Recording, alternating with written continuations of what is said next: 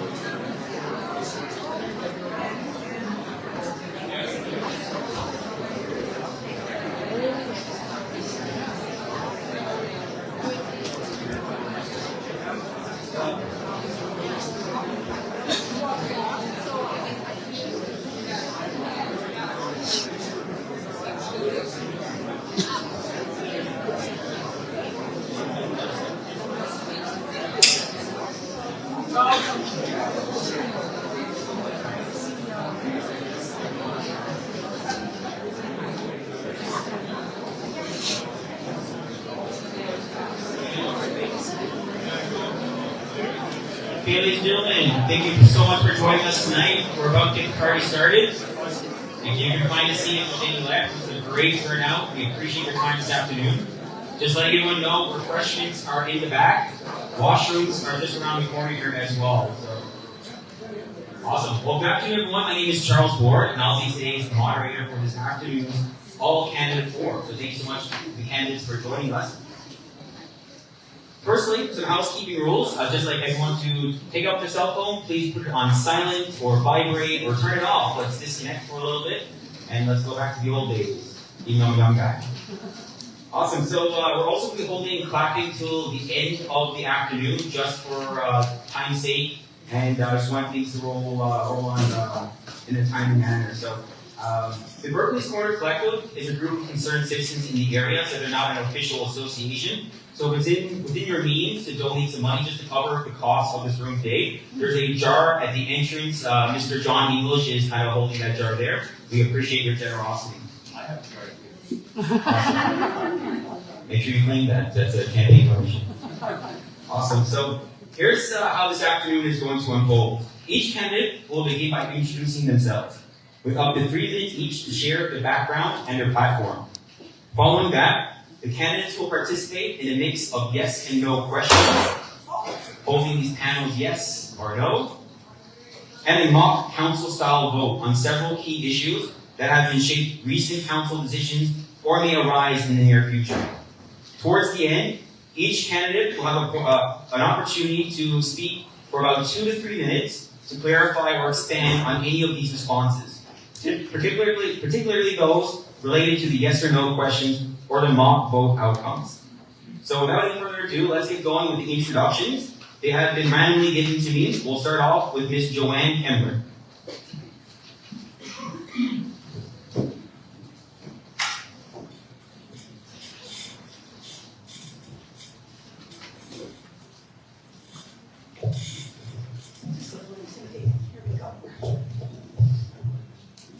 Can you hear me? Yes. Okay. Good afternoon. Good afternoon. Thank you to the organizers. I appreciate you taking the time and the energy and the commitment to make this work. And thank you to all of those of you who come to listen. And I have to say from here, there sure is a lot of you. I appreciate you being here because I know your time is valuable. I acknowledge that we are on the unceded territories of the Coast Salish people where we're privileged today to gather. I stand before you today as a dedicated member of our community, committed to tackling the challenges we face. My name is Joanne Kemmler, and I've had the privilege of calling Cowichan Valley home for over 50 years. My husband and I raised our children here, and I will work towards North Cowichan being a community that listens, supports, and grows together. I bring a strong track record of experience in action as a school trustee, union representative, and currently the coordinator for the Cowichan Valley Community Action Team. I know how local government works. I'm ready to jump into the table's tasks at hand because I have significant insight and experience in navigating political tables, and I understand the rules of government. I am always ready to jump in, roll up my sleeves, and get to work. I believe in practical approaches, and I believe in doing what's right, even when it's wrong. Now, when it comes to what's at the heart of my platform, I want to share with you 2 of the issues that I have heard matter most. That said, there are many more, such as our challenging infrastructure deficit and, of course, rising taxes. Right now, too many families. It's actually estimated about 3,000 in our community are one paycheck away from homelessness. Whether it's seniors, families, workers, or our most vulnerable residents, we need to make housing a priority. We must work with government nonprofits and developers to create more affordable and supportive housing options. When people have stable housing, they are able to address other challenges like mental health, addiction, and employment. This isn't just an economic issue. It affects health, stability, and opportunity. We've all seen this growing social disorder in our neighborhoods. Working together with law enforcement and bylaw is important, but it isn't enough. We need to approach these crises with both compassion and strength and get to the heart of the matter at hand. Collaboration is key with healthcare providers, bylaw enforcement, RCMP, and our community nonprofits that live and breathe this crisis every day. North Cowichan has a safer communities plan that works, that I support. I'm ready to lead with action, not just words. I'm looking forward to hearing your concerns and working with you together to build a stronger, safer, and inclusive North Cowichan. This is our home, and I'm committed to fighting for a future where we can all thrive. I look forward to answering your questions and learning what issues are important to you. Your input is crucial as we work together to build a strong community. Let's continue this conversation and work together towards the positive change that we can do for North Cowichan. Thank you.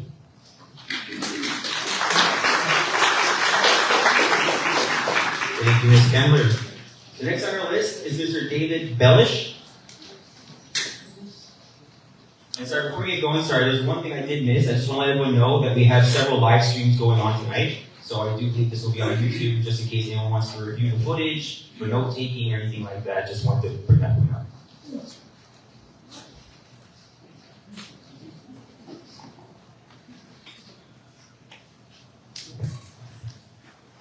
Good afternoon, residents. Thank you very much for coming out today. as Joanne said, you all have busy lives, and it's encouraging to see this kind of turnout for a body. 5 candidates. It's quite amazing.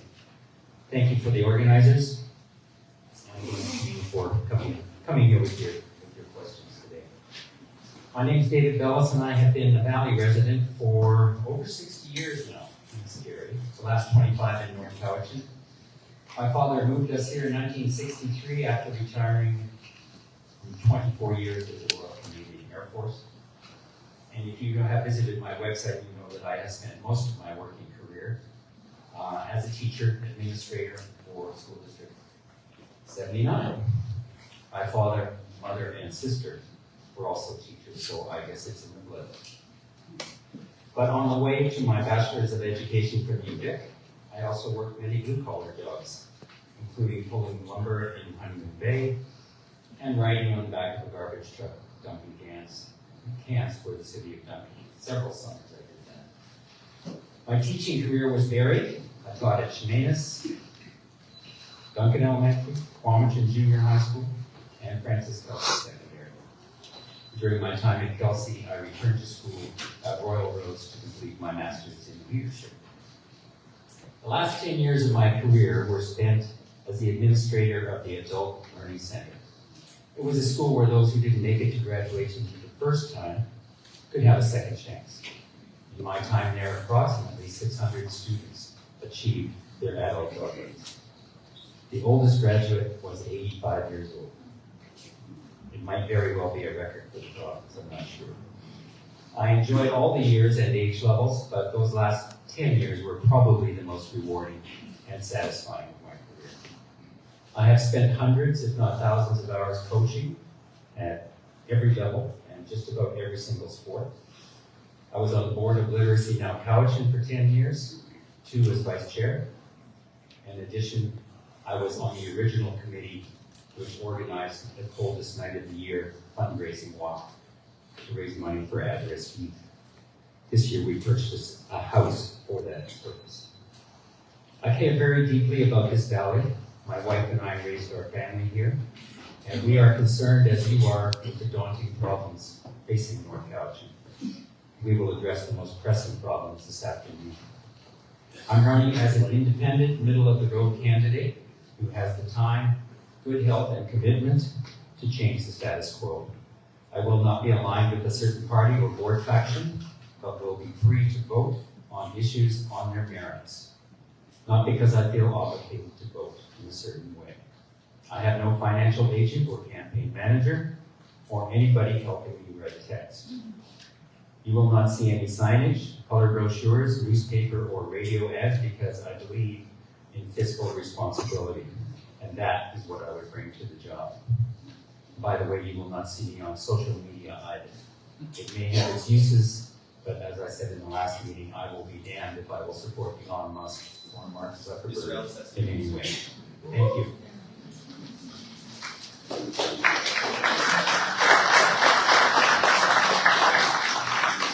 Thank you kindly. Okay, now we're going to move on to Mr. Raymond Farmier. I hope I pronounced that right, sir. Very good. Hi, thank you everybody. I'm glad to be here, and I'm honored to be here, and I thank the Coast Salish people for letting us be here on their land today. So for the past few years, 2 years, I've worked as a campus director. I have 10 years of experience in teaching as a college instructor. I worked as a network administrator and a computer technician as well prior to that. I worked at Vancouver Island University for 7 years, and while I was there, I was also part of the UP 1858 executive, which was responsible for passing bylaws and motions related to the union to make the workplace a better place. That role is very similar to the role of a counselor in many ways. I have a Master's of Education degree, a Bachelor's of Arts in English and Media Studies, an Associate's degree in Academic Arts and Social Sciences. I have a Diploma in Information Technology and Applied Systems, And I have also taught business administration. I've taught ESL courses, and I've also taught political courses as well. And in addition, I've taught digital marketing. So in my time at Vancouver Island University, I learned a lot. I recently moved to the Cowichan Valley about 7 months ago to the regional district. Me and my wife purchased a house here. Unfortunately, she has brain cancer, but she's been supporting me through this entire process and helping me through the questions. I do a lot of business in town, and I know a lot of people in the regional district as well. For things that I would like to do, I want to help with the implementation of the official community plan, and I also want to help increase communication between the public and council. And another thing I'd like to look at in the area is to help come up with drug rehabilitation programs. It was found out that we have more than 200 homeless people in the area of North Cowichan. So I'd like to come up with what I call an outdoor outreach program, where we have volunteers going around and helping to identify the needs of why drug use is so prominent, and look at what we can do to stop it from happening. And because drug use doesn't happen just because people want to do drugs, a lot of it is happening because people are in pain at the same time. So if we have outreach workers who are going around outdoors in the community, what they can do too is they can pass out Noxaline kits to help prevent overdoses as well at the same time and make a difference in the community. In addition to that, I would also like to help look at how different housing options to help house the homeless people at the same time. In Victoria, thank you.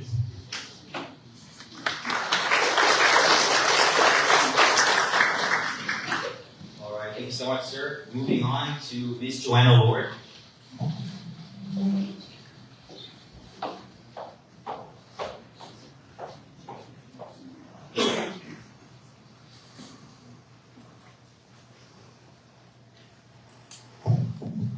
Good afternoon. My name is Joanna Lord. I acknowledge that we are gathered on the unceded and traditional territories of the Coast Salish and Cowichan people. I am a longtime resident with deep roots in North Cowichan. Thank you all for participating in democracy today. I'm pleased for this opportunity to speak here at Berkey's Corner. I have knocked on doors in neighborhoods in the area, from Heron's Way to Limerick Road, Bernita Ridge, and Stone Ridge, to name a few. People tell me they want to protect our rural character and quality of life. They don't want sprawl and the crowded streets, noise, and cluttered landscape that sprawl brings. They want to get the homeless and the addicted off the streets and solve the opioid crisis. They want a healthy economy with skilled jobs for all, and they want to avoid higher taxes. I have looked into these issues, and I believe I have solutions. Sprawl does not reduce taxes. It increases them because it requires expensive extension of infrastructure far from urban centers. Infilling provides diverse housing while minimizing the cost of extending services.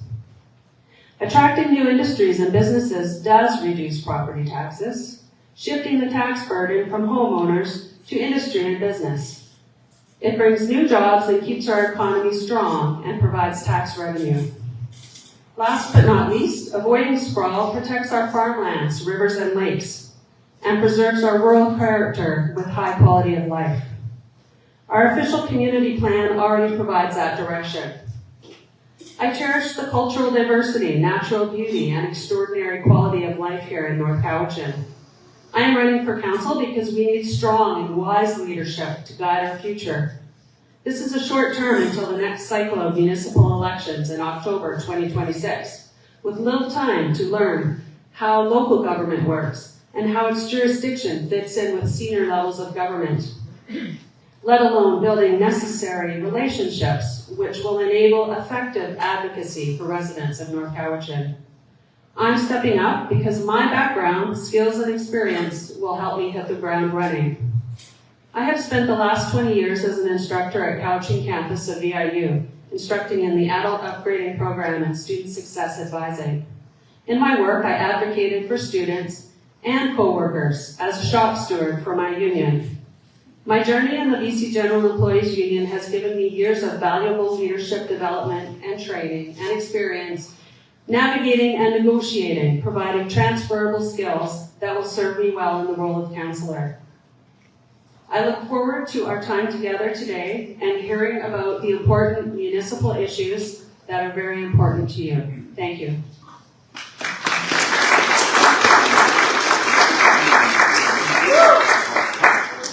Thank you, Ms. Lord. Now we'll finish off with our last candidate, Ms. Berkey Hall.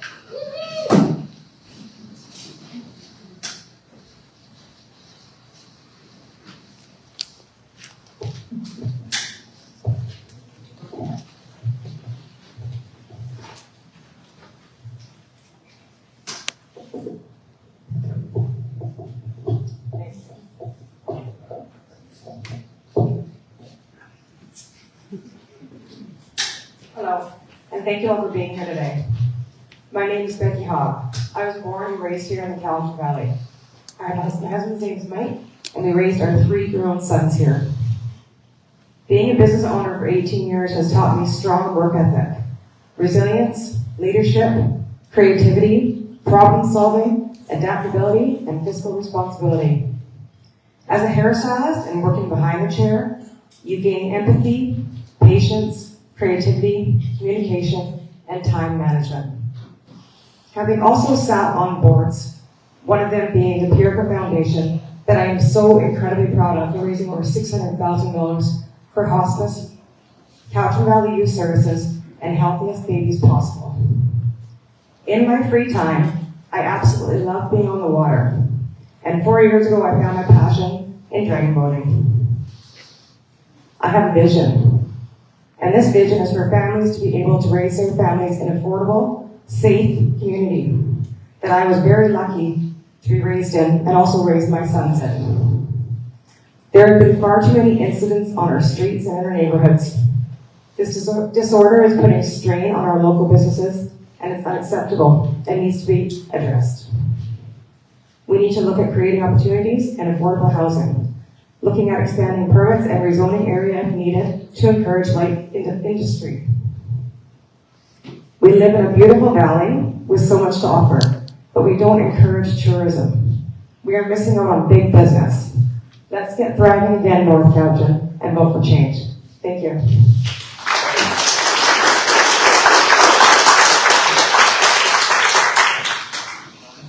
All right, thank you everyone for the introduction. So, with everyone introduced now,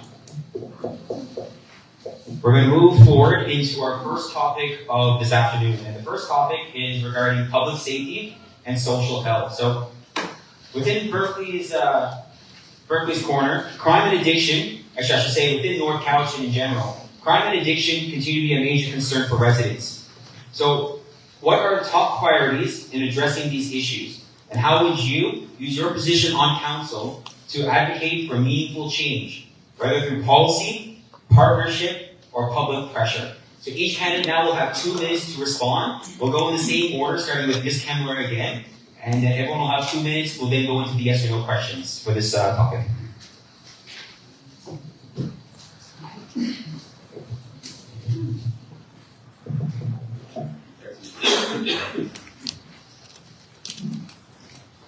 The global drug crisis continues to claim over 600,000 lives each year.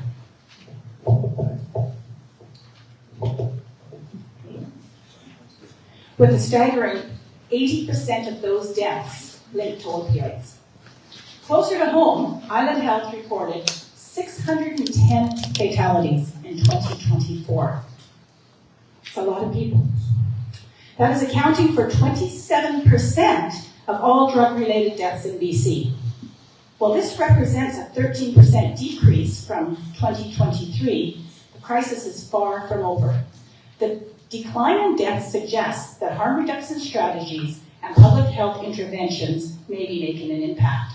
We must continue to work together, government, healthcare providers, and community organizers to ensure that effective support reaches those who need it the most.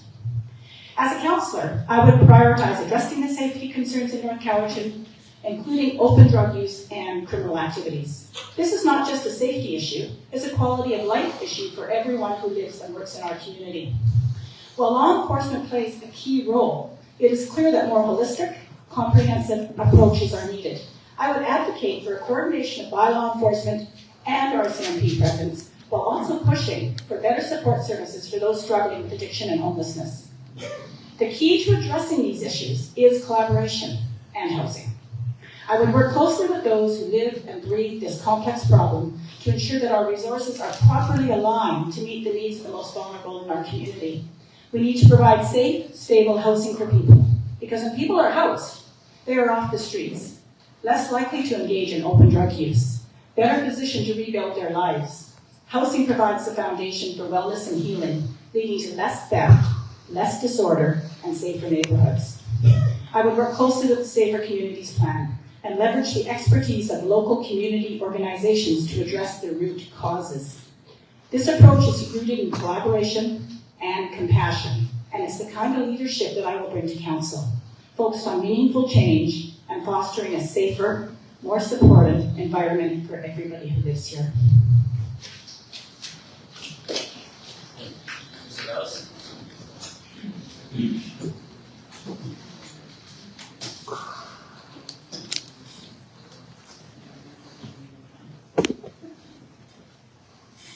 I'm sure these issues are at the top of almost everybody's agenda.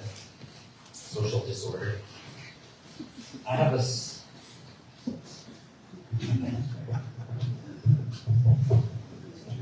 That's good, thank you. I hope it's all.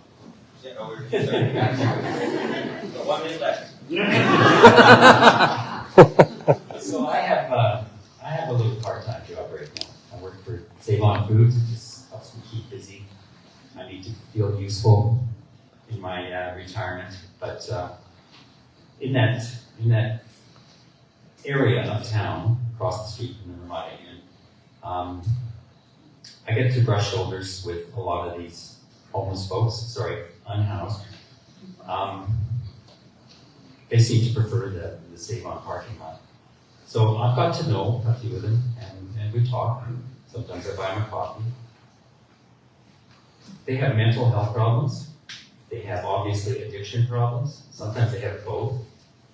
And some are just down on their luck. They have none of those problems, but they have no more money. And some are dying. And poverty, as they say, is the mother of crime. I'm going to share this story because it's not just an urban myth. It happens on a regular basis. There was a young man next to my van at the start of my shift a few weeks ago. Slumped over, unconscious on the pavement. 911 was called. They revived him, thankfully. And I went off on my deliveries, and he went his way. At the end of my shift, there's the same young man. And the same thing happens. He ends up unconscious on the sidewalk, and 911 is called again. Multiple call-outs are not unusual. Is this young man capable of making any clear decisions about his future? I don't think so. I think he's long past it. And if he's just returned to exactly the same circumstances that put him there in the first place, nothing's going to change. He will continue marching down that inevitable road to his death when there's nobody there to call 911. We need a permanent shelter now to help get these folks off the street, open 24/7. Roll the applause, please, to the end. Thank you very much. Moving now on to Mr. Faramir.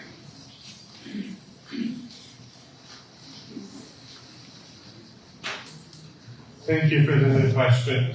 Drug use is a very complicated issue, and especially and it has 3 phases to it. Phase 1 is the start.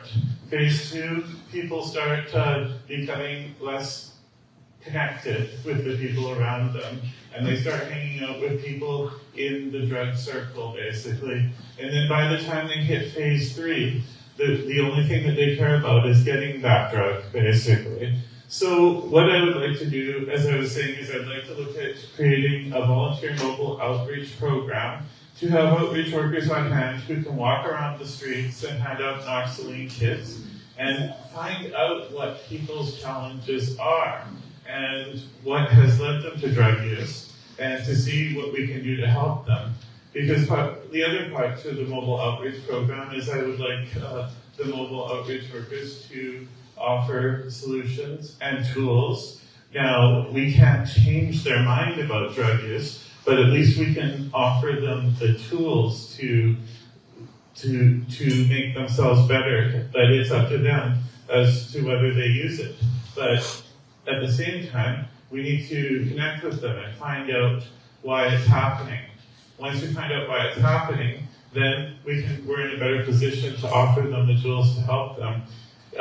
If elected, I would personally like to chair this program and find volunteers who would like to assist with this. And I would also like to look at getting funding from the provincial government and make also connections with Harm Reduction Canada to get the Noxaline kits and the resources to help these people. I have quite a bit of experience in addictions research and teaching addiction support programs at a few colleges for the last few years. Addictions does not always just happen for the thrill of drug use. It happens because people are in pain in a lot of scenarios, and there's not enough doctors in British Columbia. Thank you. Now move on to Ms. Lord.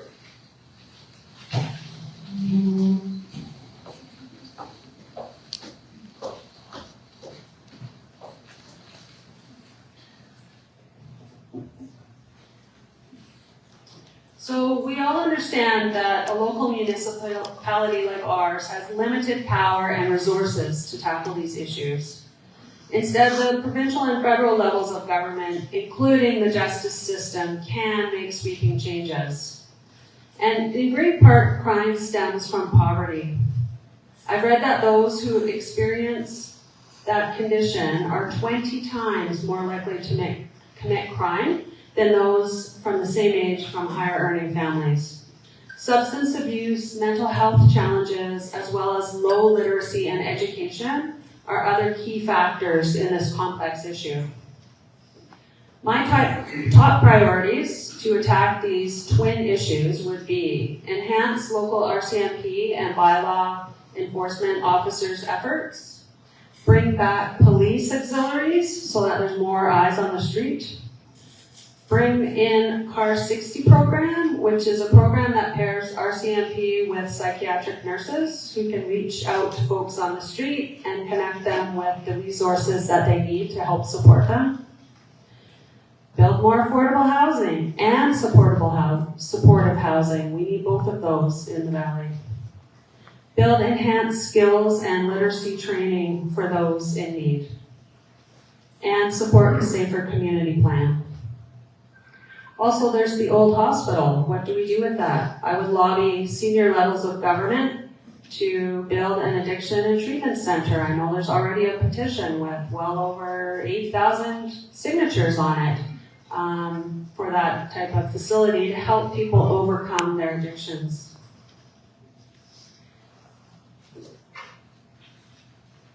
If we had more affordable housing and supportive housing, it would relieve a large economic strain on people, enhance their quality of life, and decrease the likelihood that they would become homeless or resort to crime. Thank you. Awesome. We'll finish up with this column next.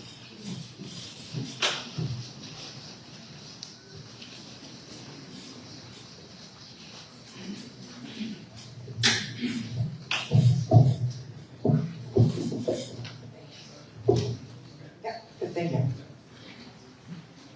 So I'm going to sound repetitive, and I'm sorry if you have been in meetings, but I am a small business owner. I salon is on Garden Street next to the food bank. So I deal with this on a daily basis. It's a very, very sad situation. At the level we are as a municipality, it's hard to make big decisions. But you can advocate, and you can go to government and ask for the help. We need treatment centers. We need housing. We need dry housing. It's a very complicated. These people on the streets have not only addiction, but most of them have mental health. And they are left there without any support. We need the support for them. And I would push and push and push until we find something, an answer. Changing bylaws, more RCMP, more eyes, creating nonprofit groups, anything we can do just to find a solution. Thank you.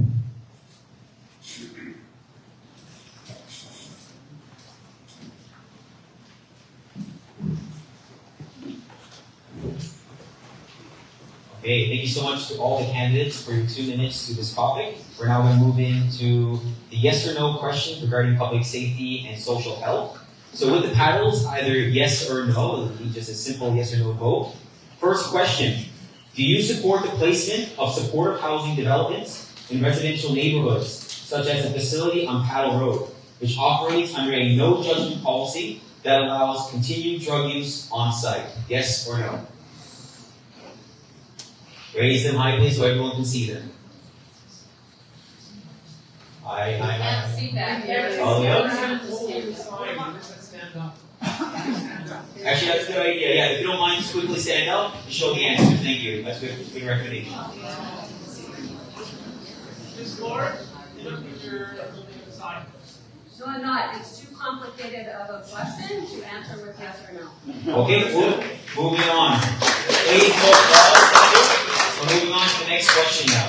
Do you believe the Housing First approaches are effective without requiring addiction treatment or rehabilitation as a condition or support? And before you give your answer, just to all the candidates again, if you choose not to give an answer, you can explain at the end when we have time. But right now, it's just a yes or no, please. So once again, the question, do you believe Housing First approaches are effective without requiring addiction treatment or rehabilitation as a condition of support? Please stand up, yes or no.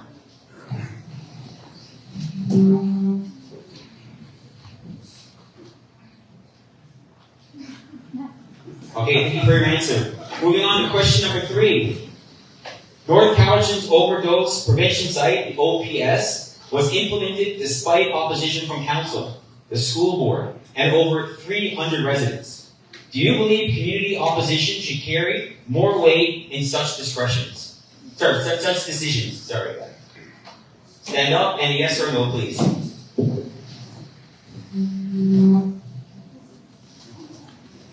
Thank you for your answers. 2 questions remaining. Question number 4. Do you believe BC's decriminalization pilot has been successful so far? Yes or no?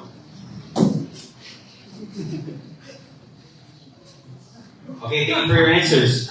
Last question on this topic. Would you support using your position on council to advocate either publicly or through intergovernmental channels for the reinstatement of criminal penalties for possession of hard drugs in British Columbia? Yes or no?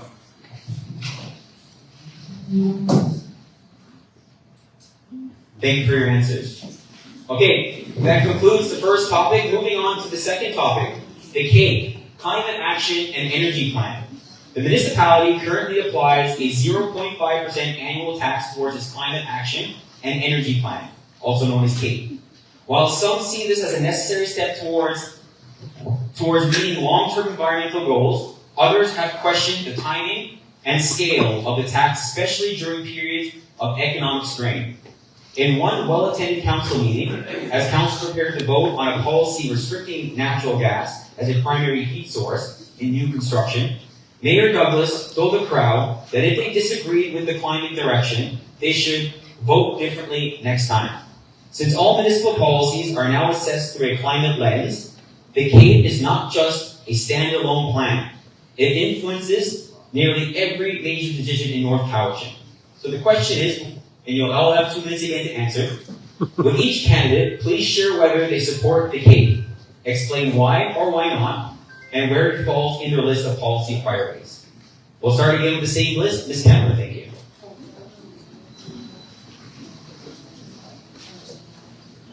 I have to say, sometimes it's not always good to be first.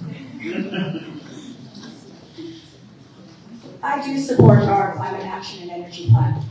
Climate change is a big challenge in the world today, and we face it everywhere, we face it here. It's important for North Cowichan to play an active role in tackling it. The Cape is a comprehensive plan that outlines how we can reduce emissions, promote sustainability, and shift towards cleaner energy sources. The plan is essential to ensuring that our community remains healthy and resilient for many years to come. Implementing the Climate Action and Energy Plan, CAPE, requires a realistic and considerate approach that accounts for the needs of all community members. It is essential to be mindful of how these changes impact local businesses and residents, ensuring that the transition to a greener future is inclusive and does not impose undue financial strain. If we keep CAPE at the heart of our decisions, we'll always be moving forward in a sustainable, balanced North Cowichan. It's a reliable way to make sure we are looking out for both today and tomorrow. Thank you, Ms. Cameron. Now we'll move on to Mr. Bayless. Bayless, sorry.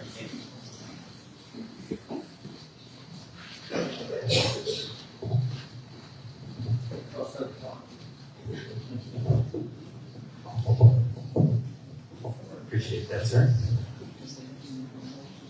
In general, I do support the plan. I think each individual, municipality, province, and country must do their part, no matter how insignificant it may seem. Without a plan, without a goal, nothing happens.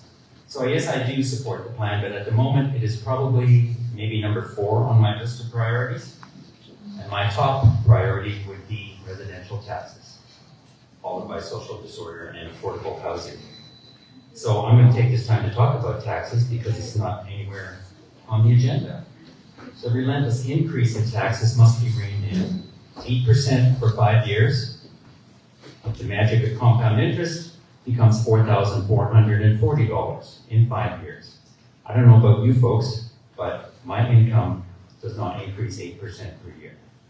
I'm on a fixed income, and I think probably lots of you are as well. We need to find efficiencies, new revenue streams. We need to network with other municipalities and other areas around the world to look for creative solutions. We need to invite heavy and light industry to the valley. In 2009, it's as far back as I could get figures for, residential taxes, 48%. Heavy and light industries, 42. Fast forward to 2024, residential taxes, 68%. Heavy and light industry, about 18. It's not sustainable. There are other areas of the world that have put a cap on residential taxes. California is one of them. They have a statewide cap. I believe it's about 3%. You can check that when you get home. Maybe we need to have a cap, and then we will be forced to look for other efficiencies and other revenue streams and get us out of this mess. It's not just a looming crisis. It's here. Thank you. Thank you, kindly. Now we'll move on to Mr. Farmier. Thank you for the question. So, for my list, the Climate Action Energy Plan is important. It would rank 3rd on my list of top priorities, and yes, I support it.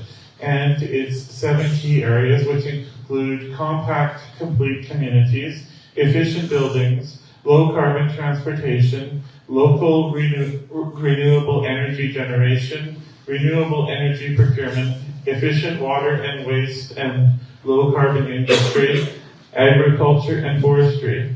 Now, one of the most important things during the implementation is that the implementation of these things doesn't affect regular community operations on a daily basis, because community operations, keeping the community running first, is most important. So I see the implementation as a gradual implementation. So we'll start implementing these things where we can, because the OCP takes precedence over everything, but as well, at the same time, as the OCP, just the general functioning of the community is important. So we can start with, for example, in the municipal buildings, I'd like to see putting solar power into the municipal buildings. That would be a gradual start to that, for example. But it would be gradual on these things as we work towards them. And the goal of the OCP is to have these things in place before the 2050s. Thank you.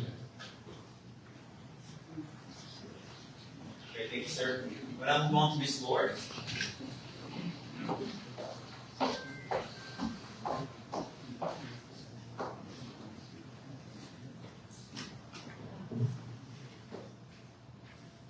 Yes, I support the Climate Action and Energy Plan for several compelling reasons, and I rank it as essential to building resiliency and protecting our quality of life and the planet's survival. First, the climate plan is required by law. The Local Government Act mandates that municipalities set out GHG emission targets in their official community plans, along with supporting policies and action.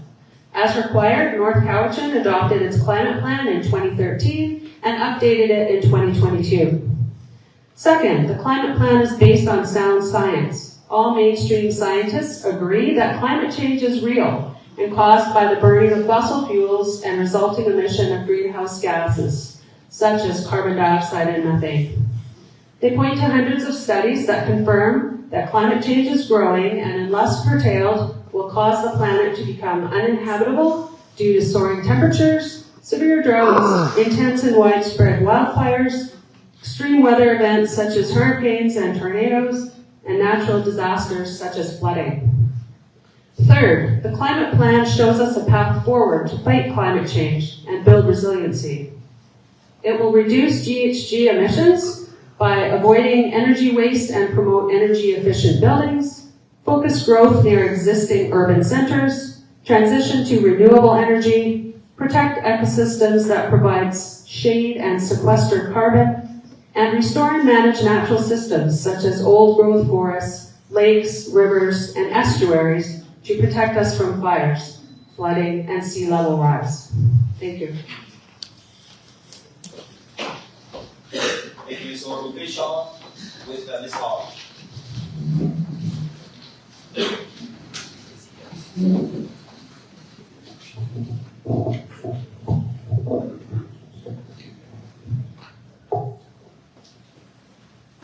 The Climate Action and Energy Plan, I'm not against it. But like Mr. Bella said, right now when we have tax problems, when we're talking to residents about what the problems are and where they struggle is with property taxes. That right now I don't know if it's absolutely necessary at this time. As Mr. Bella said, with the property taxes, we need to find solutions. If we can find solutions there and we can get to a point where we're comfortable, maybe being able to cap off property taxes, then at that point we can look at the Climate Action Energy Plan. But right now, I don't think it's absolutely necessary.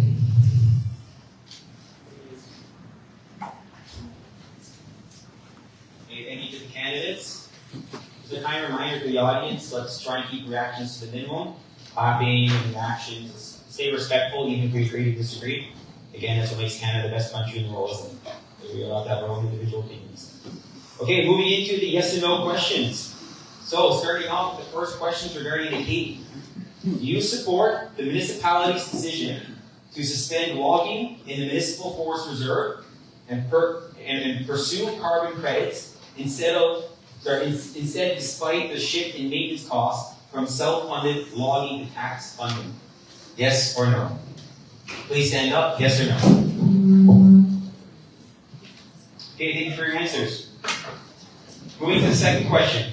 Do you support the use of municipal climate reserve funds to purchase electric fleet vehicles and an electric garbage truck? Yes or no, please stand up. Okay, thank you so much. Do you support using climate reserve funding to support the projects of local non-profit organizations or NGOs? Yes or no, please stand up. Thank you kindly. Moving on to our last question for this topic. Do you support the active transportation plan in its entirety? Yes or no, please stand up.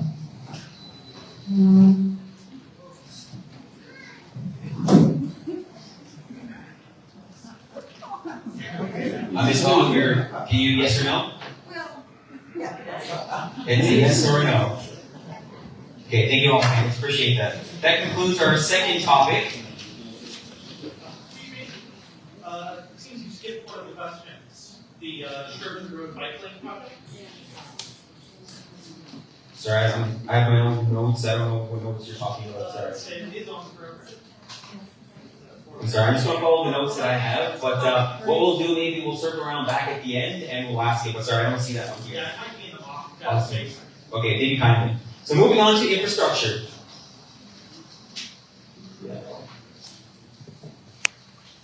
So I don't see that yet. So I just want to double check that. What was the question? The question in full on the list. You have voted to pay for a Sherman Road bike lane project.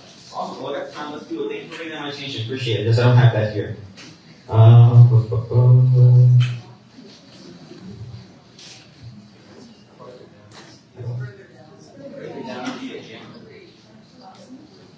Yeah, I don't think. Topic 3. It's already been voted down.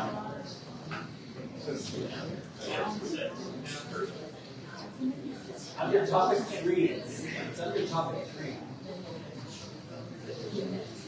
Okay, we're not there yet. We're not here. Stand by. Okay, moving on to infrastructure. Okay, Berkey's Corner has become one of the fastest growing areas in North Cowichan. Yet many residents are voicing concerns about the lack of long-term planning, design oversight, and transportation infrastructure to match the pace of development. Unlike Chemainus and Crofton, both of which benefit from established local area plans and active neighborhood associations, Berkey's has no formal structure to guide its growth or advocate for residents. As a result, traffic is increasingly routed through narrow residential corridors, including 2 school zones on Sawmills and Lane Road, which now serve as major connectors between Cowichan Commons and Duncan. Locals report traffic volumes to these school zones have increased fourfold in recent years. So moving into the question, given this context, what is your vision for infrastructure, both residential and commercial, across North Cowichan? Would you support the creation of a local area plan for Berkey's Corner to help manage growth, traffic, and community needs more strategically? We'll have 2 minutes with the same order again, starting with Ms. Cameron.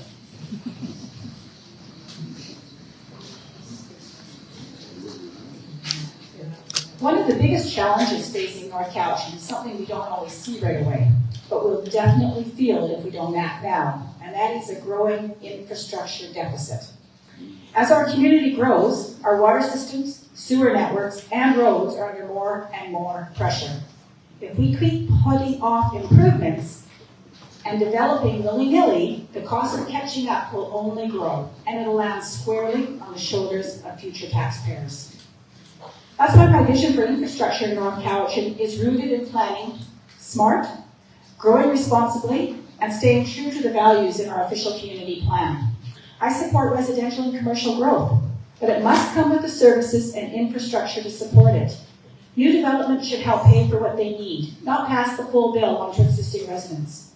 Public-private partnerships can play a big role here, helping us fund improvements without taking it all out of our taxpayers' pockets.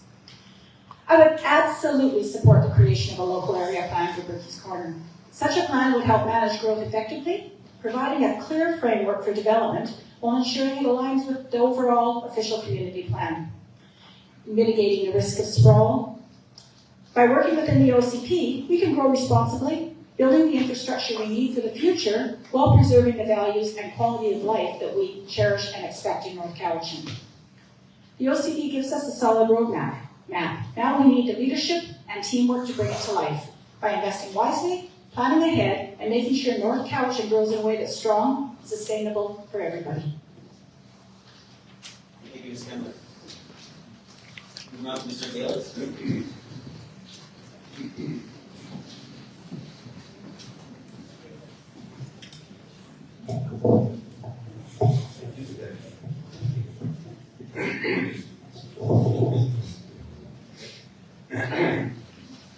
Thank you. I would advocate trying to stay with what our municipal planners advise. 4,500 units that can be accommodated with existing infrastructure. As was mentioned by Joanne, we also know that our infrastructure is aging and will need upgrading and replacement. Look to Calgary and what happened recently and the destructive flooding that occurred to see what happens when upgrading and replacement are neglected. It was a disaster. The 8% that is being used as a figure for the next 4, 5, 6, who knows how many years, would only just barely maintain our infrastructure, our sewer and water and everything else. And as I said, as taxpayers, we can't afford it. We just cannot afford that. So again, let's look to a cap, and then we'll be forced to find creative answers. I would add that you folks out there, I'm sure, with an incredible amount of experience and expertise that's out there, have your own solutions and your own ideas that we could bring forward with a town hall meeting. Not for gripes and complaints, but for creative ideas on how to get out of this mess. The power is there. It's with you. I would absolutely encourage, looking at what's happened with Sherman and Crofton and their local area plans, I would absolutely encourage Berkey's Corner to begin to look into that initiative. I would add that, as far as I know, I think both of those areas actually hire consultants. I'm not sure how that was paid for, but it's something that needs to be investigated. But definitely a local area plan for this huge, I live here too, I'm just across the road there. It's growing by leaps and bounds, and it needs a plan. It needs a plan. It cannot just happen by itself. Thank you. Moving forward to Mr. Farmer. Thank you for the question. So yeah, Berkey's Corner does definitely need a local area plan. And in that plan, we need to look at how we can reroute traffic, because that is a lot of traffic coming in and going out of there. And being close to the schools, it is quite dangerous as well at the same time. For infrastructure, what I've been looking at doing and suggesting is that we reach out to the province to get more money to support infrastructure so that we can have the infrastructure in place to support development in the community. The other thing that the OCP shows is the idea of a 10-minute walk plan. So if we build apartment buildings in these areas and have the main floors open for local businesses such as convenience stores and pharmacies and essential services, then everything's going to be right there in front of us in these areas, and we can just walk to these locations, and that's also going to help lower our carbon footprint at the same time. So and with a 10-minute walk plan theory in place in an area like this is also going to help decongest some of the traffic too. But we need to look at a bigger plan also, so that maybe we could put in some new roads in some areas to help with traffic decongestion as well. Thank you. Great, thanks, sir. Moving on to Ms. Ward, please.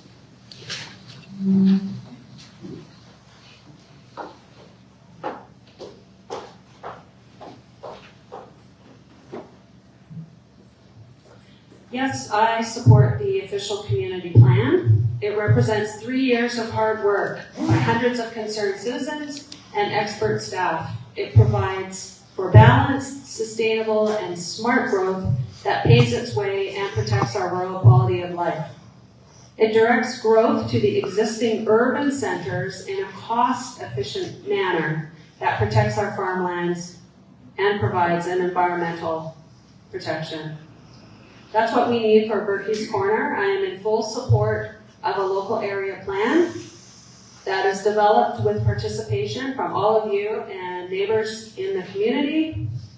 It needs to be well thought out, orderly, and have development patterns based on the input from those who live in the area. It could also cover topics such as land use, housing, urban design, transportation, and parks and open spaces. All done in a smart and manageable way. Thank you. Thank you, Ms. Ward. Now come on to Ms. Hall, please.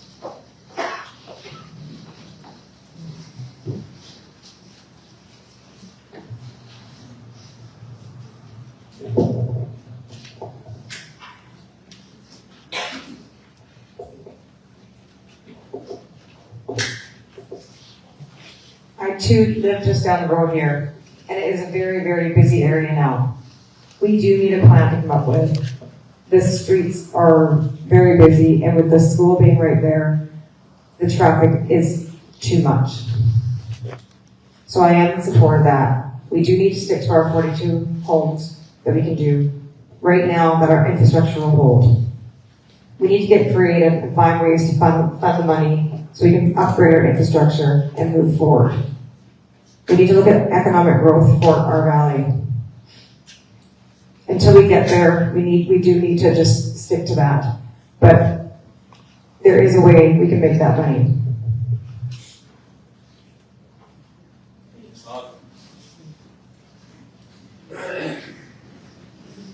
Okay, thank you to the candidates for your responses. We'll now move on into the infrastructure yes or no questions. Okay. So first question. Do you believe council should consider aesthetics and design standards when approving new developments? Please stand up, yes or no. Thank you very much. Question number 2. Many new apartments are approved with a small portion designated affordable, designed as just 10% below market value. Do you consider that to be truly affordable? Yes or no, please stand up.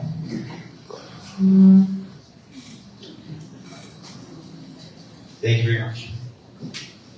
Would you advocate for requiring deeper affordability, such as a larger percentage below market rate for a portion of new housing units? Yes or no, please stand up.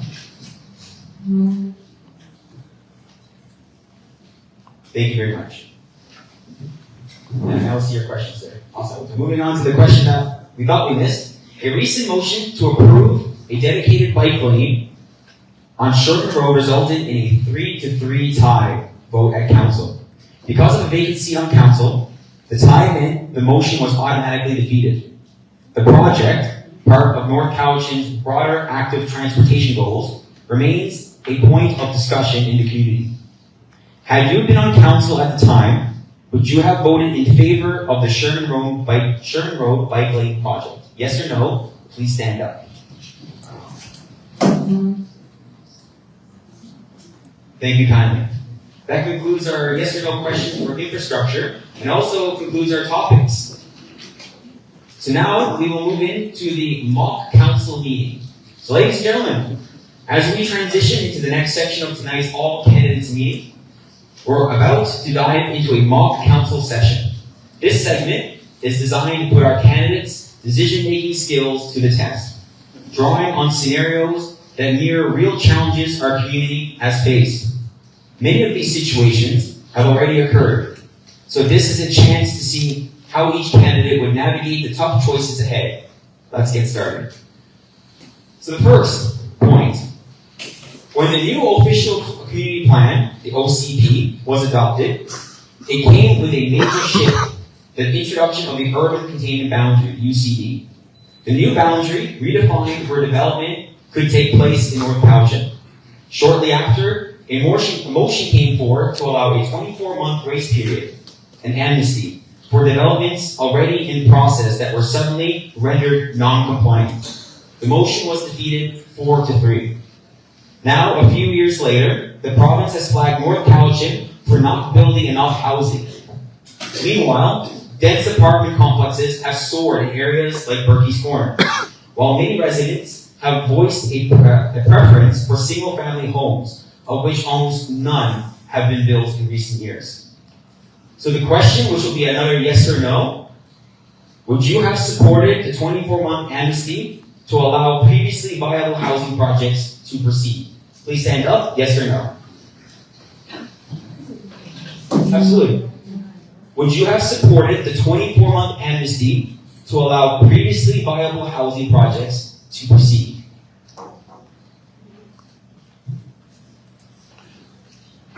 I'll give it another couple seconds. Would you stay standing up? The answer, please? Okay, thank you for your answers.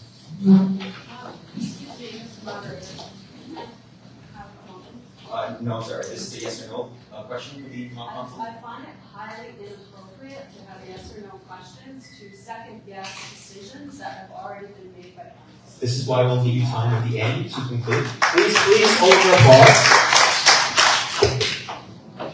You voluntarily accepted to volunteer or to participate in this forum today, this afternoon. So this is the format that I was given by the people, and this is the format that I will follow. The rules are to please hold your applauses, and it's a yes or no form. Again, you'll be given 2 to 3 minutes to conclude. You can follow up with your why you answered or why you don't agree with it. So moving on to the second question. This was not an industrial scale harvesting prior to the vote. The municipality logged less than 1% of the forest annually, which was enough to fully fund the forest upkeep, including road maintenance, fire mitigation, and trail access. By halting even this low-impact logging, the cost of maintaining the MFR now fall entirely on taxpayers, while revenue from carbon credits remains speculative. Notably, several local forestry unions opposed the logging ban, citing job losses and what they viewed as unnecessarily abandonment of a model that was both sustainable and self-sufficient. Supporters of the Halt framed it was a bold environmental move. Critics, including many in the labor community, saw it as greenwashing that punished working people and ignored the on-ground realities. The question: would you have supported the motion to stop logging in the Municipal Forestry Reserve despite union opposition and the loss of self-funding models? If you wish to participate, Loaded question. It's a yes or no. If the candidates wish to follow up afterwards, they may do so. This is not new. There have been many municipal events where there's yes or no's, and I participated in them as well. So again, if you wish to participate in this question, I'll say it one more time. Would you have supported the motion to stop logging in the Municipal Forestry Reserve despite the union opposition and the loss of self-funding model? Yes or no, please stand up.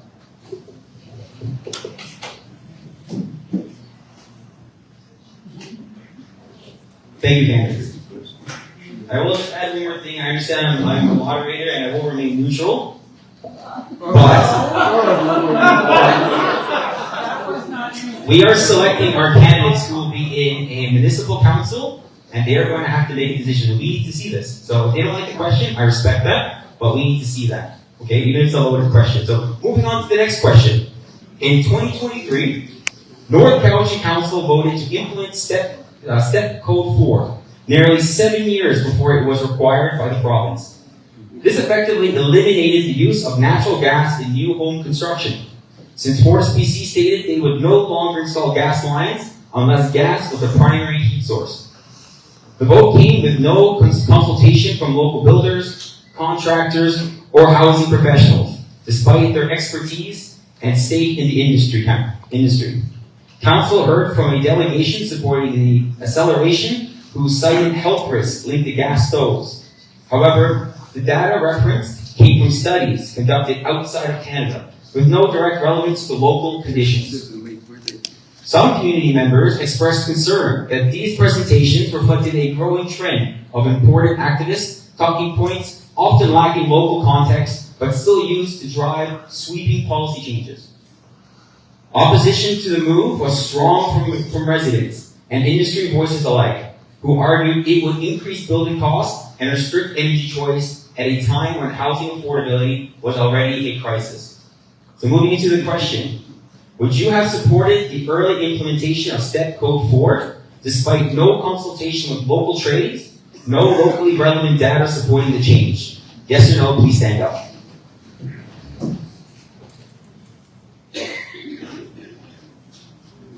Thank you, candidates.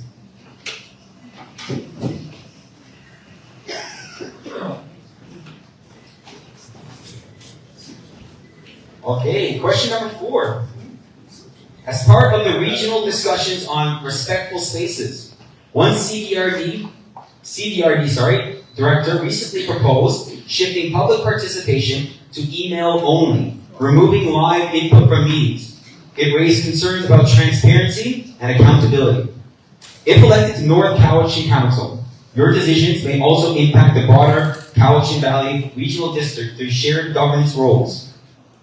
Some believe these changes are necessary to protect staff and council from escalated interactions. Others see it as an erosion of the democratic engagement. The question, would you vote in favor of limiting or removing live public input at council meetings? Or oppose it in a favor of keeping in-person engagement, yes or no? So again, one more time the question, would you vote in favor of limiting or removing live public at a council? No meaning you would remove it. Or sorry, yes meaning you would remove it. No meaning you would not remove it. You'd stand by the democratic engagement. Great, thank you so much. Okay, moving on to our last question. A local resident donates land to a non-profit organization aiming to support equity-seeking individuals in the Cowichan Valley. The organization wants to build a community support facility.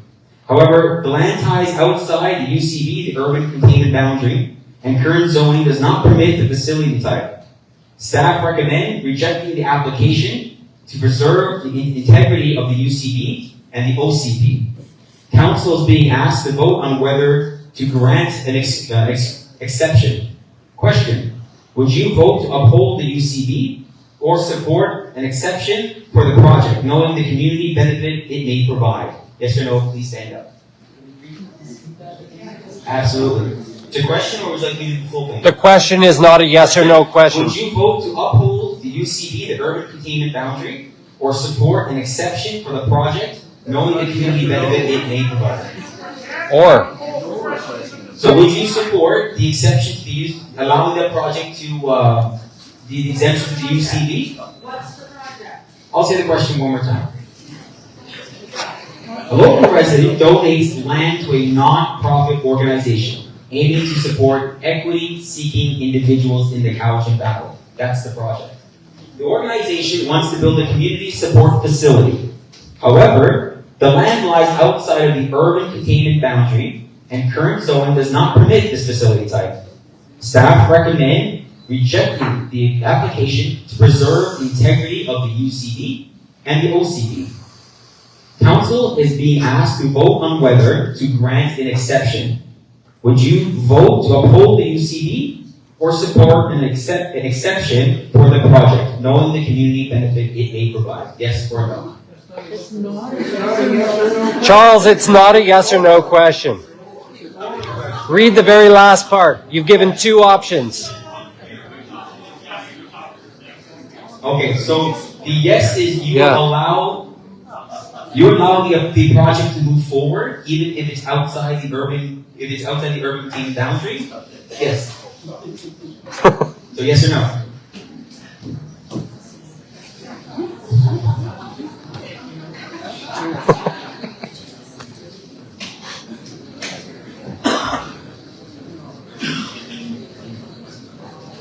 Awesome. So we're going to move into the final question now. Let's see what else the Berkey's residents have to say. A local business association representing multiple small businesses has approached council with a plea. Rising lease rates, tough competition from big box stores and online platforms, and limited access to affordable advertising are putting local businesses under serious pressure. They're not asking for handouts, but they are asking for concrete action from council to level the playing field and support long-term viability. So each applicant will have 1 minute to respond. Question: as a councillor, what specific action or actions would you propose to support local businesses, whether it's improved visibility, tax relief, zoning flexibility, municipal promotion, or something else? And just as importantly, how would you pay for it? Would you reallocate funds from an existing program, propose a new business levy, cut from somewhere else, or seek grant funding? This is your chance to show how you balance vision fiscally responsibly. Okay, we'll go with the same order. Ms. Kemmler, 1 minute.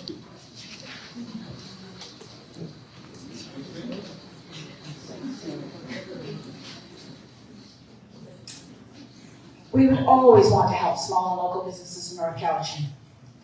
The businesses in North Cowichan support us, and we need to support them. A few years ago, there was that 10% shift, and it was a great program. People wore their, I would shift 10% of my shopping here. It used to be more than 10%. I think some things that would make things easier would be like, cutting the red tape, letting them make some decisions a little more openly, offering small grants, encouraging people to shop local. Definitely would think we could put a campaign on about that, because these businesses really are the heart of our community. I would also plan to meet with the Chambers of Commerce and in all our communities and the business people and sit down and have a good chat. What on earth is it we could do to make this work better for you? And then work to implement some of those decisions. To help pay for it, we could adjust parts of the budget that is already there for economic development. We could work with business groups and the province to bring in extra funding by ways of grants, incentives.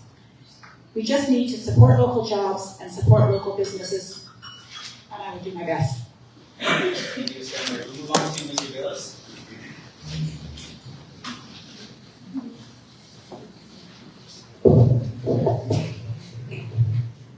Thank you, sir. And full disclosure, I didn't see that question, so I'm not really prepared to answer. But off the top of my head, we certainly need to speed up the application process for new businesses. And coincidentally, I should observe that what I've seen popping up like mushrooms in terms of new business are vape shops and cannabis stores. They seem to be extremely profitable, and they don't have a problem staying open. I totally support shopping local, especially with what's going on south of the border these days. And I think we can all help our small businesses. They are the backbone of our community, and they are the backbone of this country. It's not big box stores or large industry. So, yes, not a lot of ideas, but we need to support. We need to shop local. Thank you. Thank you, sir. Moving on to Mr. Farmer.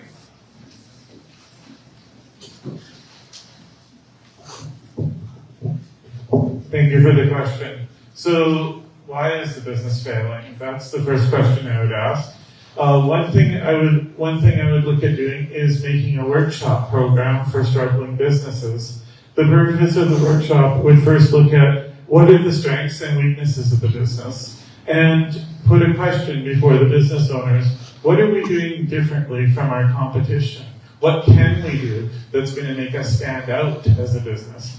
The other thing that these workshops should look at is who is our target audience? Because sometimes businesses fail because they don't really understand who their target audience is. So if we can help them figure out who their target audience is and what to do different from their competition to stand out from their competition, that can help make a business successful. So I would look at getting provincial grant funding to put on workshops for businesses. And in addition to putting on workshops for businesses, I would also look at getting resources and tools to help connect them, because there's lots of grants available to help businesses. Thank you.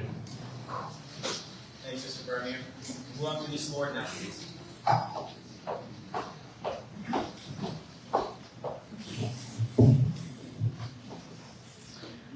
all, I strongly support local business, but this question is too vague. And I want to make a point about all the yes-no questions that we've just had that were all loaded. As an elected municipal councillor sworn to uphold and apply the law fairly at all public hearings, I would respect and comply with my solemn duty to consider all the facts, public testimony, staff advice, and governing law in making decisions on every matter that comes before us. Therefore, I do not think it was appropriate to second-guess any of the decisions already made by council in the past without first reviewing the full record before all of them. Because I do not have that full record, I was not able to answer many of those yes or no questions. Thank you. Thank you, Ms. Lord. Now we'll move on to Ms. Hall.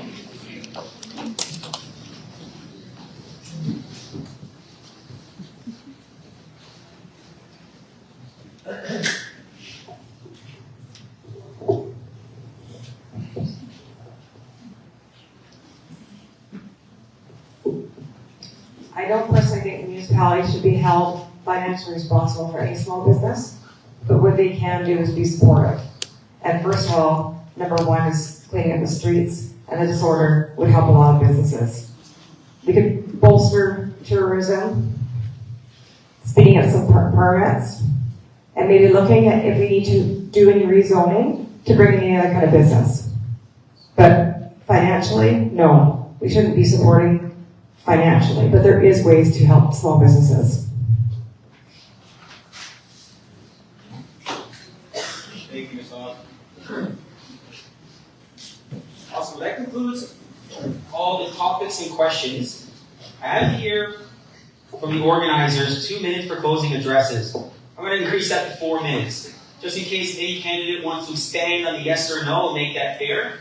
Like I said, we have seen yes or no in other all candidate forums before, so let's give them extra time to expand and explain their yes or their no. So instead of 2 minutes, let's go with 4 minutes. And Ms. Kembler, you're up first.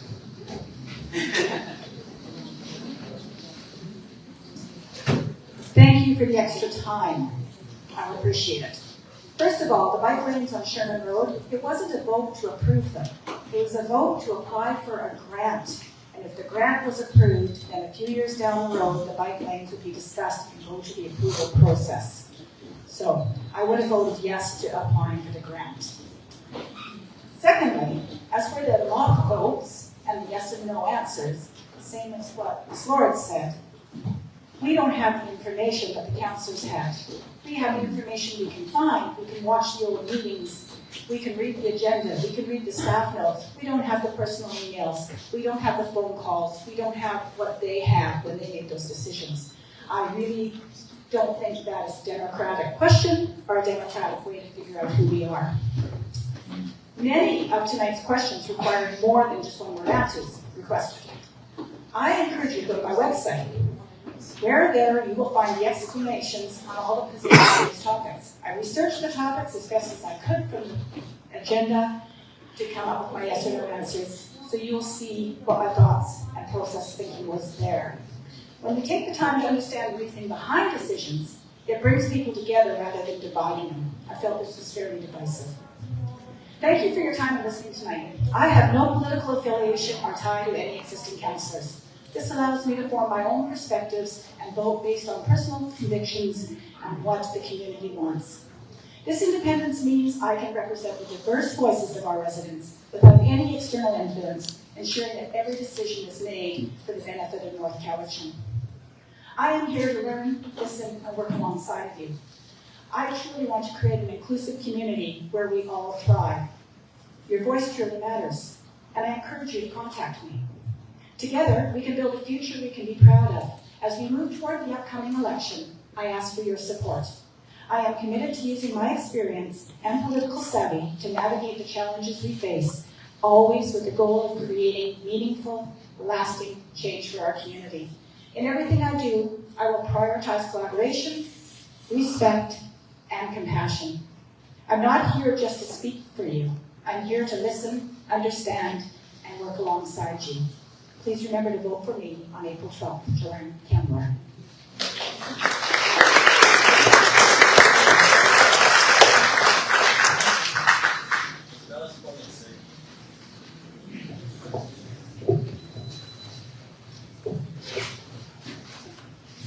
Thank you.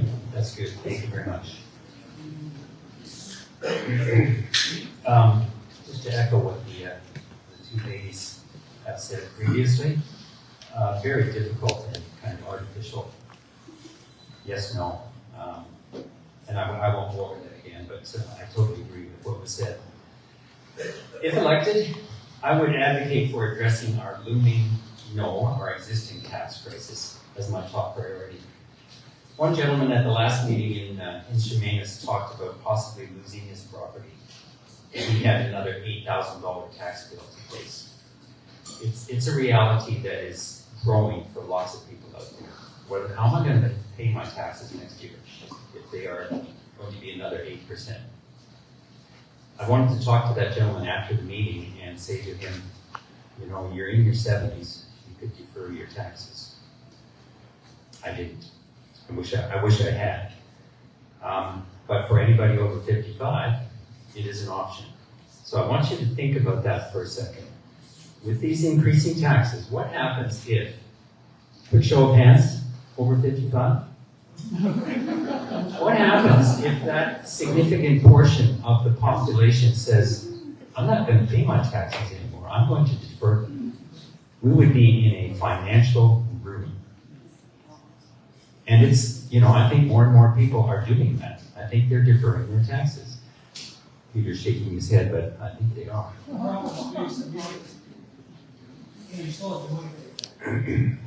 Yes, it's put aside. Yeah. Money in the end.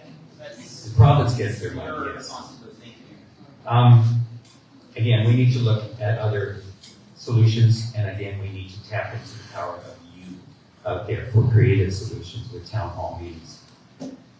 To reiterate, we need people off the streets now, if not for humanitarian reasons, then for financial ones.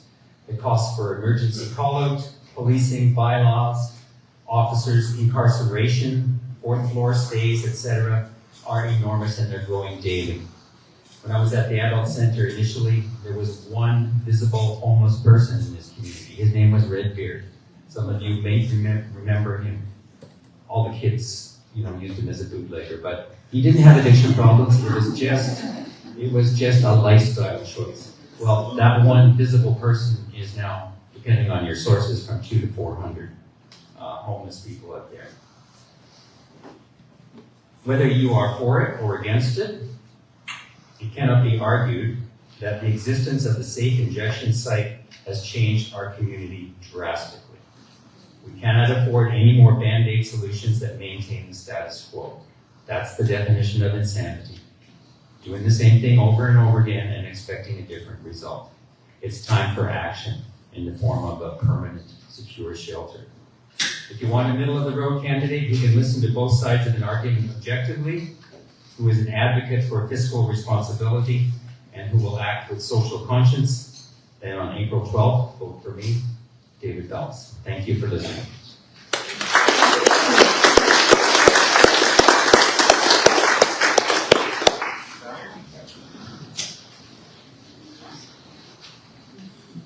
Thank you for having me here. And if elected, the most important thing to me is upholding the OCP and the objectives of the OCP, because the OCP is something that the community has worked hard on over the last few years, and a lot of time, a lot of effort, and a lot of hours have gone into planning it. So that's the most important thing. Next, for me, is the drug addictions and homeless problem in the community. So in order to fix it, we need to identify why it's happening and how we can help the people, and identify the tools that they need in order to help them. So therefore, we need people out there connecting with them in the community, and that's why I would support a mobile outreach program to have people out there connecting with them, to see what they need and to see what tools we can give them. And therefore, the mobile outreach program is just a start, and handing out Knox-Saline kits is going to help prevent overdoses as well at the same time. Also important in all of this is the issue of housing. We need more temporary housing. And to do that, there's a lot of buildings sitting dormant in the community that we could already use to help solve the problem. In Victoria, the city purchased a lot of old hotels from hotel owners and repurposed them into low-income housing for people. That's something I'd like to also see here in North Cowichan, the reuse of buildings that are already here, because we have a lot of buildings that are sitting that can be used. Another thing was the Sherman bike lane proposal question. With that question, the reason that council didn't vote to put that to go for that grant was because council would have had to have paid 60% of or 40% of the cost, basically, because the grant was only going to cover 60% of the cost. So what I would do is I would reach out to the province to see if we could get the province to cover 20% of the cost, and then see if we could put a motion before council again to put the to reapply for the bike lane grant funding. If the province is willing to put up 20%, then we would only have to put up 20% in that scenario. Thank you for listening to everything I had to say here today. If elected, I will have an open door approach, so any of you will be able to reach out to me at any time. I believe in open town hall meetings as well, where I can connect with all of you. That's something that I would like to encourage between council and the community as well. More connectedness. So if you're looking for someone who will be for connectedness, helping with the homeless problem, and helping implement the OCP, vote Farmier on April 12th. Thank you.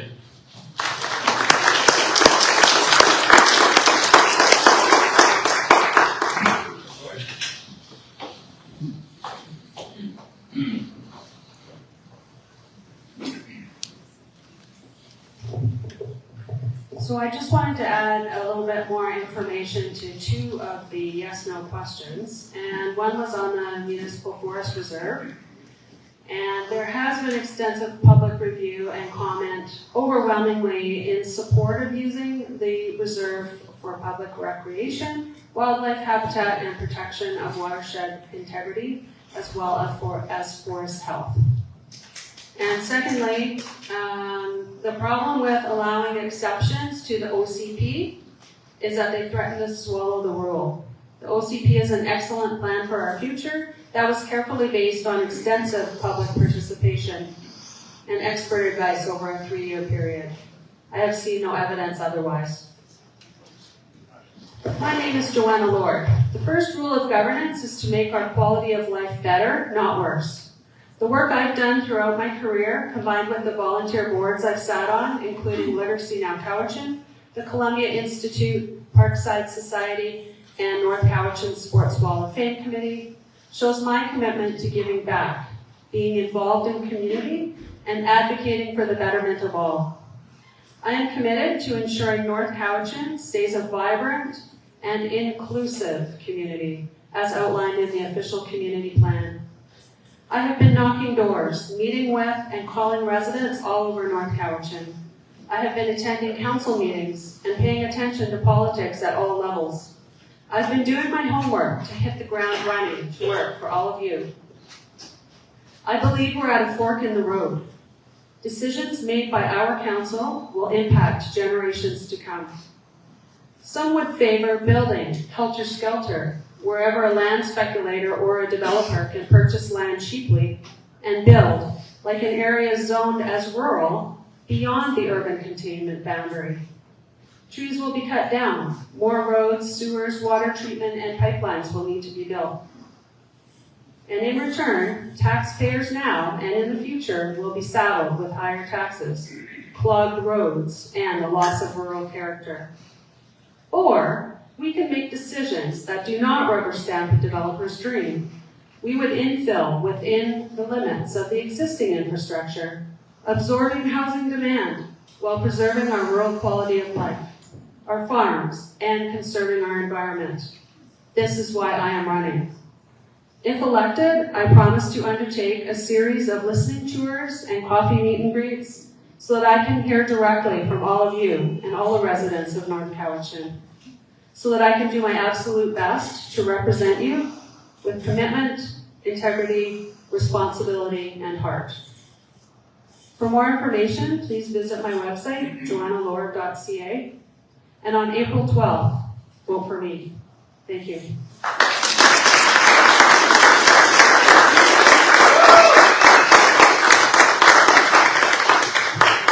And we'll finish off the conclusions with Ms. Hogg.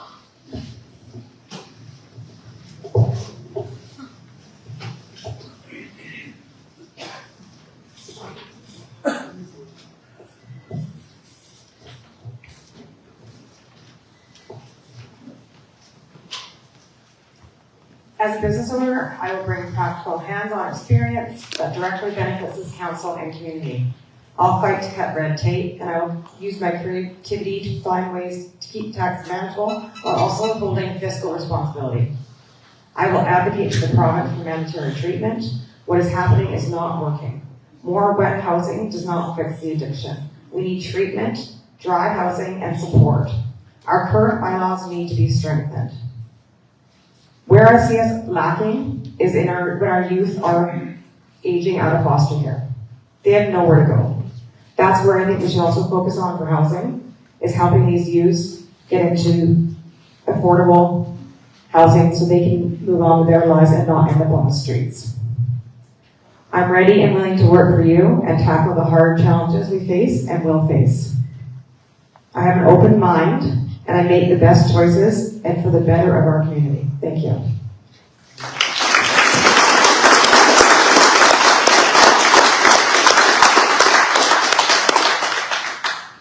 Thank you, Ms. Hogg. Thank you everyone for attending today. We're now going to move into some open floor questions. Now, I did have some special instructions. I have been asked to prioritize the residents of Berkey's Corner to make sure the voices are being heard. So if there are people in attendance from Berkey's Corner who would like to ask a question, please raise your hand. We have one in the back. I will just keep your hands up. I'll come with Mike here.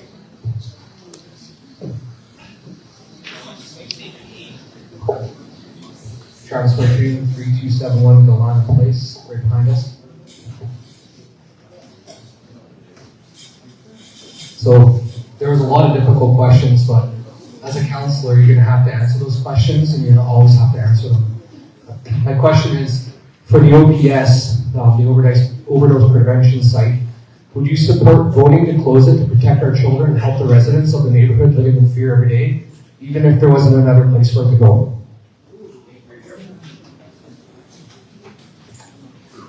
Just the microphone's off, I'll just hand it down. We'll switch up the order, actually. Yeah, really. So how do you go first? Thank you for the question.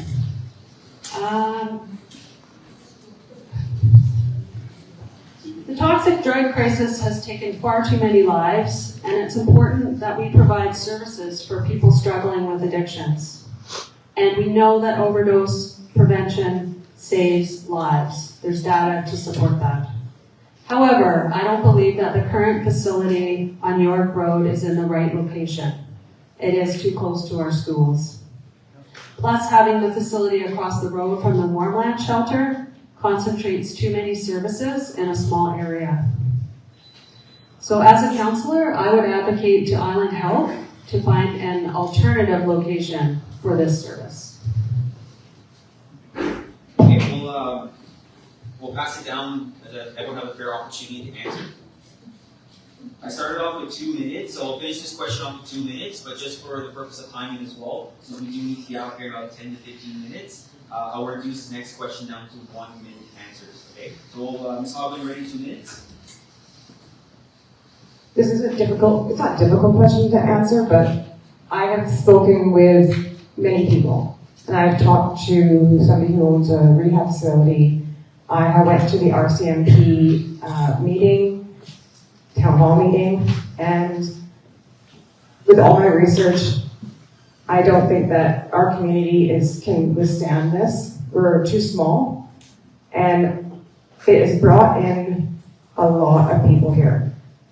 People come because we have the services, and if we didn't have these services, they wouldn't be coming to our town. I want to support who we have, not people coming from out of town.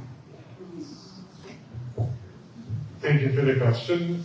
These services are very important to have, but I also understand location is very important at the same time, because we don't want them close to schools where children are, and we don't want them too close to businesses as well at the same time. There are a lot of the spots available that we can look into that are maybe not too remote, but a little bit more out of these areas. So what we should do is, as council, is we should do a study, if elected, I'd like to do a study on what areas would be a good place to move these resources to, and then put a motion before council to actually investigate this more. Thank you. Thank you for a very difficult question. It's I'm not sure how the decision was made to put the safe injection site where it is right now, Island Hill. It was a bonehead move. It's in probably the worst possible place it could be. I'm not against the safe injection site. It does save lives, absolutely. And I'm all for people having their drugs tested before they shoot up and do it under supervision. I'm not in favor of drugs being handed out at safe injection sites. I don't think that's the job of the government to throw drugs at a drug problem. So I would definitely look for an alternative site. I think it is needed, but not where it is now. It's just the worst. Thank you.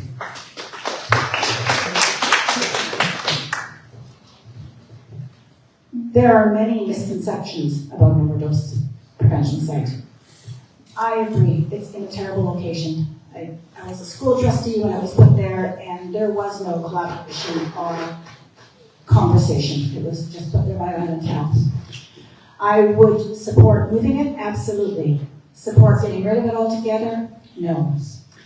In the OPS, there's a SUIT team, which is a substance use integrative team that works with our at-risk people.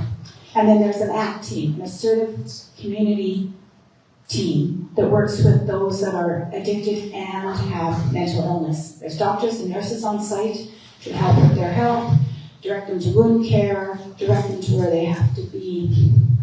Yes, it's in a terrible place. When we can keep someone alive, there's still the people accessing our OPS are somebody's children, somebody's husband, somebody's aunt. And we need to at least have an opportunity to keep people alive long enough for them to get better. Thank you, Pat. I did see a question on this side. Is Benson? I'll walk back. And candidates, sorry, have you stand up just when your responses, please, for Mike. Thank you. Thank you, Charles, and for all you're doing, and thank you for all being here today and stepping forward. My question today is, would you, as a councillor, support a review of the employees, the staff at the municipality of North Cowichan? Reason being is there's all kinds of new titles. They've hired a senior environmental specialist for over $100,000, a climate change specialist for over $100,000. This is just in the past few years. And that it seems like many of the, and I follow this, many of the managers, many of them seem to have assistant managers, so I don't know if they're having trouble doing their job or everybody needs a sidekick. But I'm saying the number of employees has expanded, and we all know how government grows and not much else tends to. So would you support a review of the employees at North Cowichan? They just hired a new engineer of transportation. Anyway, so that's a very real question as far as our tax increases. Thank you so much for what you're doing.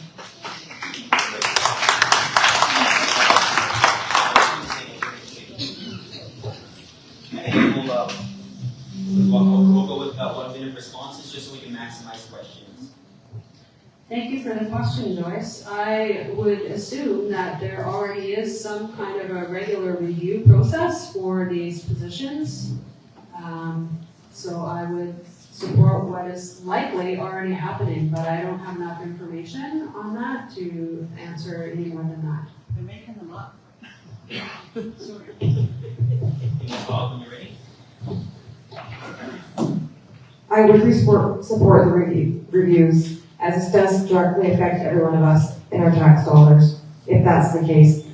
But it does need to go for a review. Thank you for the question. Yes, I would absolutely support a review of these positions. And the question is, are they all needed? Most likely the answer is yes, that they are all needed. I don't have enough information on that part. But at the same time, the salaries, we should look at the salaries in relation to our overall budget and see maybe if there's room to cut them down from what they are a little bit at least. Thank you. Sorry, Joyce, I do not have enough information to offer an informed opinion about that question, so I'm going to abstain.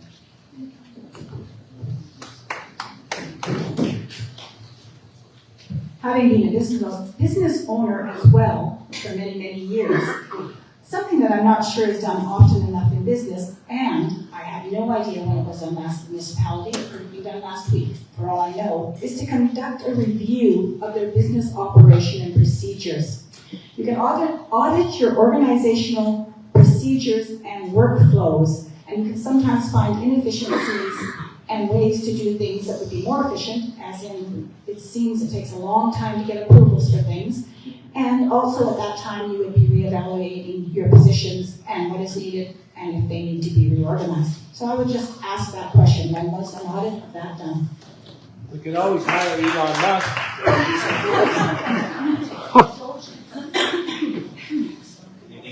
Any more residents of Berkey's Corner? I just want to make sure.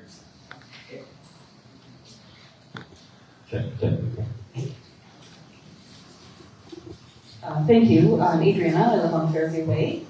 And I went through your social medias, well, not yours, Mr. Bellis, but everyone else's last night. And I appreciated Joanne saying that she wasn't affiliated with anyone strong, therefore being a little bit more open to other people. There's some that are completely radical, and I don't, for instance, Joanna, who has helped run Rob. You can, one second. So run all the NDP campaigns around here. I don't see how, and also being affiliated with people that call a lot of the other constituents here bigots, racists, and Nazis. I'm wondering if any of you else are affiliated as deeply with unions or parties, because I don't feel that a lot of us will be represented by certain people here. Thank you. Every candidate understands the question. Yep, I'll repeat the question. That was a good question. It was a question. So the question was, do you have any deep affiliation with unions, parties, or other organizations that could have ideological ties? Summing it up. But basically unions and parties. I'll start, somebody want to start this off? Or should we go to the same order? No, I want the candidates to have a fair chance.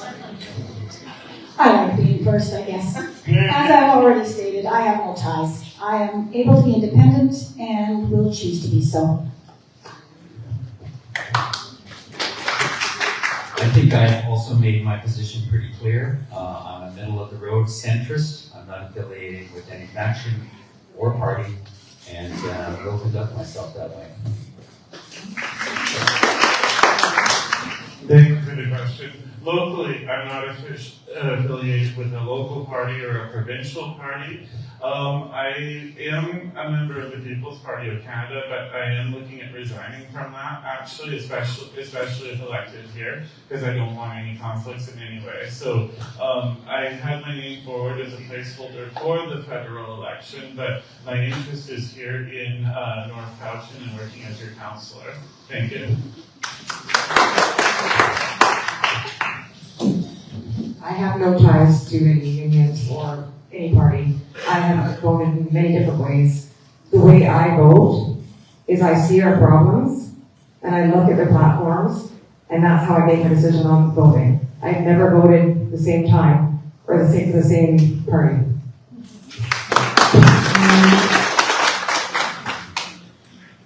My principles and values align with Social Democrats. I have not run NDP campaigns since 2004 when Jean Crowder was first elected. I have volunteered many hours as a volunteer on campaigns. Also, it's common for mayors and councillors to support political parties at the provincial and federal level. Just look at North Cowichan Council and the way folks are on it currently. And at the same time, I believe that members on council will always look at each piece, I don't want to say side, because at the end of the day, I believe that we all want the same thing. We all want to have a good life for everyone, to live in an equitable way. And so I will be looking at all sides of each story in order to make informed decisions, looking for solutions.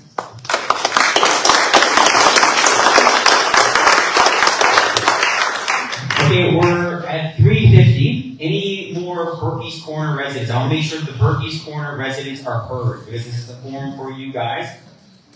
No? Okay, I will finish it off with Peter, because I know you had a question. So I'll let you have the last question. Let's make it quick and break the point, Johansson. Thanks, Charles. It's a yes or no question, and through you, use your ballots. If elected, will you work with Economic Development Cowichan and also North Cowichan's Economic Development Committee to demand results-based growth?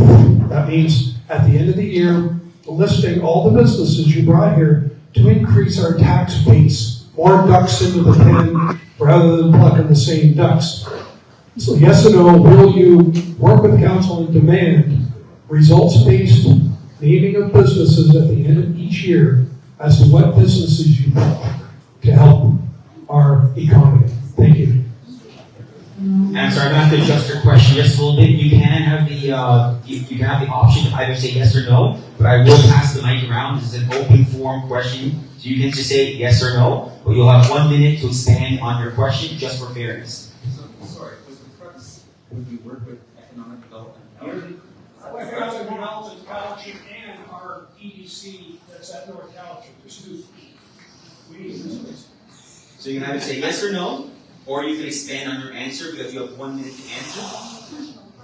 What are we demanding from these people? We're demanding at the end of the year to report to the public how many businesses and which ones you were able to successfully bring to North Cow to get tax revenue from these businesses.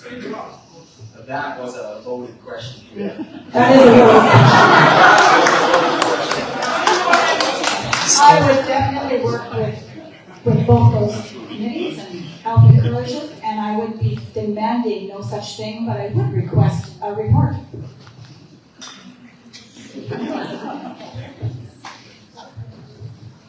Yes, I would support this. And to expand on that, I want to reach out to the community to see what kinds of local businesses that we can bring in.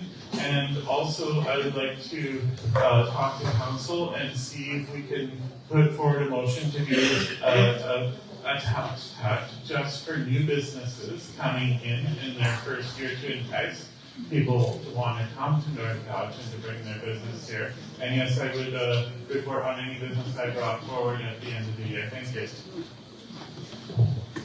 Yes, I would absolutely do that. That's what we need here. We need economic development, and we need to be held to that and to them with answers. Yes. Yes, I would work with both Economic Development Cowichan and any committee that is working on economic development. Also, strongly supporting buying Canadian goods and services and promoting Buy Cowichan.